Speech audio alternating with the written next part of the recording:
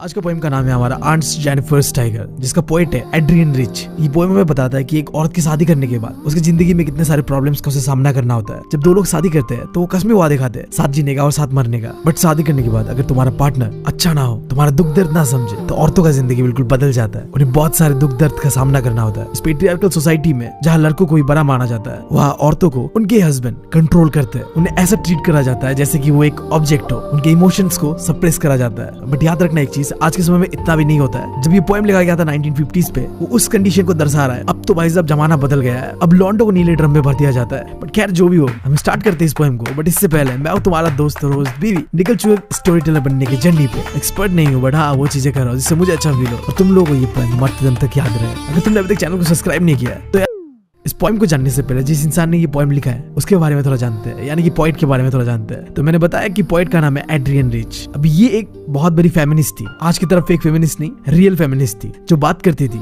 Gender equality के बारे में, औरतों का आजादी के बारे में। उनके जितने भी राइटिंग्स थे ना, वहां में वो बताते हैं कि कैसे शादी के बाद सोसाइटी ट्रीट करता है एक औरत को, कैसे कंट्रोल करने की कोशिश करता है एक औरत को। तो हमारा पोएट आवाज बनता उन औरतों का जिनके साथ सोसाइटी ने गलत किया है, और सिर्फ इसी स्ट्रगल का एक हिस्सा ये poem aunt Jennifer's tiger.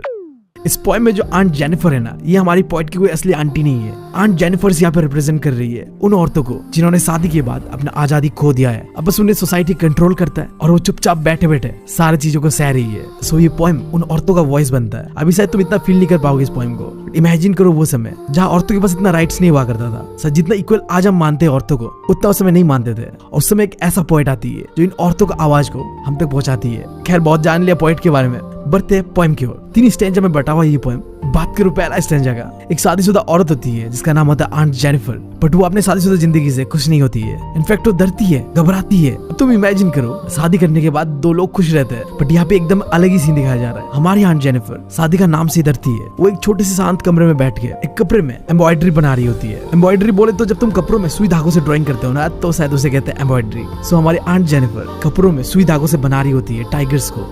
Poem का पहला line, aunt Jennifer's tiger prance across the screen, जिसका मतलब है जो आंट जेनिफर्स का बनाया हुआ टाइगर है ना, वो बहुत ही कॉन्फिडेंटली, यहाँ पे ब्रांच का मतलब है कॉन्फिडेंटली चलना बिना डरे, जैसे कि एक शेर चलता है। वो वॉक कर रहा है एक घने जंगल में जहाँ में उन टाइगर्स की आंखें चमक रहे लाइक एक ब्राइट टोपाज स्टोन। अब टोपाज एक रेयर स्टोन होता है जो कि बहुत चमकीला होता है। अब आंट जेनिफर के टाइगर्स और उनकी आंखें भी चमक रहे लाइक टोपाज स्टोन की तरह। अब देखो पोएम में कई बार कहा जाएगा आंट जेनिफर के टाइगर्स ऐसे है वैसे है। अब इसका मतलब ये नहीं कि आंट जेनिफर ने टाइगर्स पाल रखे हैं। ये तो वो टाइगर्स है जिसे आंट जेनिफर अपने कपड़ों पे एम्ब्रॉयडरी कर रही है। इस पोएम के अंदर पे ये टाइगर से रिप्रेजेंट कर रहे हैं आंट जेनिफर का उस बहादुरी से भरा हुआ सपने को, उस ड्रीम को, जहां आंट जेनिफर खुल के अपनी जिंदगी को जी रही है, किसी से घबरा नहीं रही है। बट वो एक सपना है जो रिप्रेजेंट करा जा रहा है इस टाइगर के द्वारा।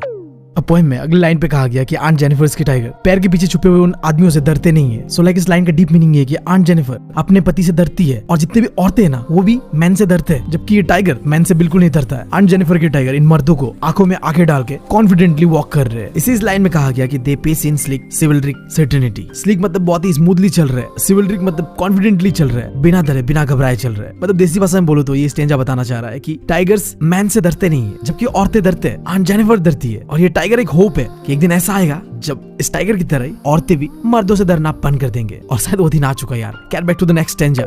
अब इस सेकंड स्टैंजा में बताया जाएगा आंट जेनिफर का कंडीशन कैसा है। लाइक पहला लाइन ही है कि आंट जेनिफर्स का जो फिंगर है ना, वो बहुत ही कांप रहा है। जब वो सुई धागों से उस एम्ब्रॉयडरी को बुन रही है ना, तो उसके हाथे फ्लटरिंग कर रही है, मतलब कांप रहा है। अब तुम ही सोचो एक औरत का हाथ इतने बुरी तरीके से क्यों कांप रहा होगा। शायद शादी के बाद उसने अपने लाइफ पे इतना दुख दर्द झेला होगा कि शायद अब आंट जेनिफर को ये दुख दर्द बर्दाश्त नहीं हो रहा है। देखो ये 2 लाइन दर्शा रहा है पेट्रियार्कल सोसाइटी का डोमिनेंस को। थोड़ा जान लो पेट्रियार्कल सोसाइटी क्या होता है। लाइक एक ऐसा सोसाइटी जहाँ पे मैन चीजों को डोमिनेट करते हैं। अब हमारे आंट जेनिफर के केस पे उनके हस्बैंड उन्हें कंट्रोल करने का ट्राई कर रहे हैं, उन्हें डोमिनेट करने का ट्राई कर रहे हैं, और इसी वजह से शायद आंट जेनिफर का हाथ इतनी बुरी तरीके से कांप रहा है कि वो कपड़े पे एम्ब्रॉयडरी भी बना नहीं पा रही है ठीक से। अब आगे का 2 लाइन में कहा जाता है कि आंट जेनिफर्स का जो वेडिंग रिंग है ना, जो अंकल ने उन्हें दिया है, वो उन्हें बहुत भारी फील हो रहा है। मतलब समझ रहे हो, वो रिंग बस एक रिंग नहीं है, वो एक सिंबल है कंट्रोल का। कैसे उनके हस्बैंड आंट जेनिफर को कंट्रोल कर रहे हैं, डोमिनेट कर रहे हैं। और अब आंट जेनिफर शादी का बोझ से दब दब के खत्म हो चुकी है। लोग शादी करते तो बहुत खुश रहते हैं, हंसी खुशी में रहते हैं, बट आंट जेनिफर इस बोझ के तले दब के खत्म हो जा रही है। अब आखिरी स्टेंजा में वही कहा जा रहा है। देखो जब आंट जेनिफर मर भी जाएगी ना, तब भी उनके हाथों में जो ये बोझ, ये रिंग का बोझ है ना, वो हटने नहीं वाला। वो उसे तब भी दर्द देता ही रहेगा। ये शादी का अंगूठी कोई अंगूठी नहीं है, ये एक जंजीर है जिसने आंट जेनिफर को जकड़ा हुआ है, जिससे वो मरने के बाद भी आजाद नहीं हो सकती है। जो दुख दर्द उन्होंने झेला है ना जीते जी, शायद उनके मरने के बाद भी ये खत्म नहीं होने वाला। बट आखिरी 2 लाइन एक होप के साथ खत्म होता है। जिन टाइगर्स को उन्होंने बनाया अपने कपड़े पे,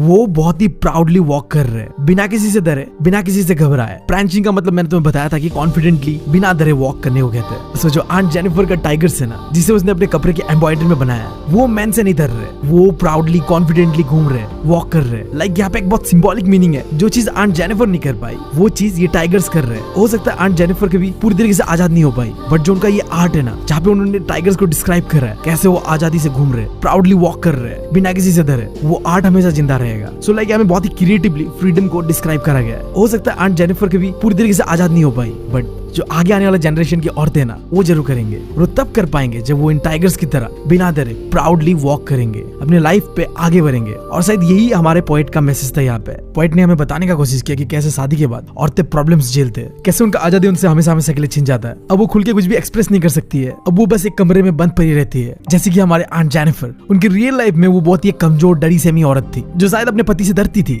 पति के सामने वो चीजें कभी नहीं बोल पाई जो वो बोलना चाहती थी हमेशा से। कभी भी शायद आंट जेनिफर ने अपनी जिंदगी को खुल के आजादी से नहीं जिया, हमेशा घुट घुट के जिया। यहाँ तक कि उनके मरने के बाद भी उनके हाथों को आराम नहीं मिलता है। जो दुख दर्द उस रिंग ने दिया था, सोसाइटी ने दिया था, मैरिज ने दिया था, वो मरने के बाद भी नहीं जाता है। बट आखिर में जाते जाते आंट जेनिफर आने वाले जनरेशन को इंस्पायर करके जाती है अपने कपड़े में बनाया हुआ टाइगर का एम्ब्रॉयडरी से। जैसे ये टाइगर बिना किसी से डरे कॉन्फिडेंटली जंगलों में वॉक कर रही है ना, उसी तरीके से आने वाले जनरेशन की औरतों को भी अपनी जिंदगी को जीने के लिए इंस्पायर करके जाती है हमारी आंट जेनिफर। अब यहाँ पे पोएम तो खत्म होता है, बट 2 चीजें मैं और बता देता तुम लोगों को। लाइक हो सकता है तुम्हें पूछा जाए हमारे पोएट एड्रियन रिच और आंट जेनिफर के बीच क्या सिमिलरिटीज है, तो दोनों ही अपना साइलेंट बैटल लड़ रहे थे। एड्रियन रिच अपने पोएम से क्रिटिसाइज कर रही थी जो भी ये ट्रेडिशनल मैरिज सिस्टम है उसे, जहाँ औरतों को डोमिनेट किया जाता है, सप्रेस किया जाता है। सिमिलरली आंट जेनिफर, जो कि एक विक्टिम थी इस मैरिज सिस्टम का, जहाँ उसके पति ने उसे बहुत डोमिनेट किया था, सप्रेस किया था, वो भी लड़ाई लड़ती है अपने कपड़े में जो टाइगर का एम्ब्रॉयडरी बनाई थी उससे। अब इसके अलावा टाइगर और आंट जेनिफर के बीच में डिफरेंसेस को भी पूछा जा सकता है। लाइक दोनों बिल्कुल ही अलग है। आंट जेनिफर एक वीक दरी सेमी औरत है, जो शायद पूरे जीते जी बंधी हुई थी शादी के बंधन में, और वो रिंग रिप्रेजेंट कर रहा था कैसे वो शादी के बंधन में बंधी हुई थी। और वहीं पे टाइगर बिल्कुल ही अलग, कॉन्फिडेंट, स्ट्रॉन्ग, ब्रेव, वो मैन से डर नहीं रहा था, वो जंगल में खुलेआम घूम रहा था। आई डोंट नो कितना अच्छी तरीके से मैंने तुम लोगों को ये पोएम डिस्क्राइब करा है। शायद मैं इतना जस्टिस नहीं कर पाया इस पोएम के साथ, बट इस कहानी का लुब्बे लुब्बास यही है कि टाइगर रिप्रेजेंट कर रहा है आजादी को, वो आजादी जो औरतें हमेशा से डिजर्व करते थे। फेमिनिज्म का सही मतलब यही है कि औरतें और मर्द दोनों एक ही है। ऐसा नहीं कि शादी के बाद वो बस एक चीज है यार, जैसे रखना चाहो वैसे रख लो। नहीं यार, अल्टीमेटली हम सब इंसान है यार, औरत मर्द जो भी खेल लो। अगर हम अपने आप को एक्सप्रेस ही नहीं कर पाते तो हम जिंदा ही नहीं है, हमारे जीने का कोई मकसद ही नहीं है यार। और ये चीज आज के समय में यार, तुम लड़कियों को भी मैं कहना चाहूंगा, जमाना बहुत ज्यादा बदल चुका है। अब लड़कों के साथ कुछ ऐसा हो रहा है, कई सारे इंटरनेट पे तुम लोग वीडियो देखते ही हो कि कैसे लौंडे रोते रोते कितने कुछ कर लेते हैं, जहाँ एट द एंड यही होता है कि अब औरतों के दर्द तो सब समझ रहे हैं, बट मर्दों का दर्द कोई नहीं समझ रहा है। आज का समय ऐसा है कि अगर एक औरत के साथ कुछ गलत हो रहा है, उसका पति कुछ भी कर रहा है, तो 4 लोग समझते हैं और उसके हक के लिए खड़े भी होते हैं। बट हम लौंडों के साथ ऐसा नहीं है, हमें चुपचाप उसी प्रॉब्लम के साथ जीना होता है। आई डोंट नो, शायद हमारे साथ भी कभी ना कभी ये चीज चेंज होगा, और ये चीज तभी चेंज होगा जब दोबारा हम जेंडर इक्वलिटी के ऊपर ध्यान देंगे। जैसे औरतों के साथ गलत होता है, वैसे मर्दों के साथ भी गलत हो रहा है यार। तो दोनों चीज को बैलेंस करके चलना होगा। देखो, मेरे बातों से ऐसा मत समझ लेना कि आजकल औरतों के साथ गलत होता ही नहीं है। नहीं नहीं, ऐसा नहीं है, आज भी होता है। आज भी कई सारे ऐसे औरतें हैं जिन्हें पति के नाम पे जानवर मिलते हैं और वो बस उन्हें नोच के खाना चाहते हैं। मैं यहाँ पे कोई भी साइड को डिफेंड नहीं कर रहा, बट मैं यहाँ पे औरतों के साथ साथ जो मर्दों के साथ भी गलत होता है उसे भी डिस्क्राइब कर रहा हूँ। अगर मैं एक पोएट होता तो मैं शायद इसके ऊपर एक पोएट्री भी लिख देता, बट चलो, एज ए कंटेंट क्रिएटर जितना मैं कह सकता था उतना मैंने कह दिया। आई होप तुम्हें ये पोएम अच्छा लगा हो, और मेरा एक्सप्लेनेशन अगर पसंद आया तो चैनल को सब्सक्राइब करे बिना जाना मत। मैं मिलता हूँ तुम लोग से अगली वीडियो में। Thank you, love you all.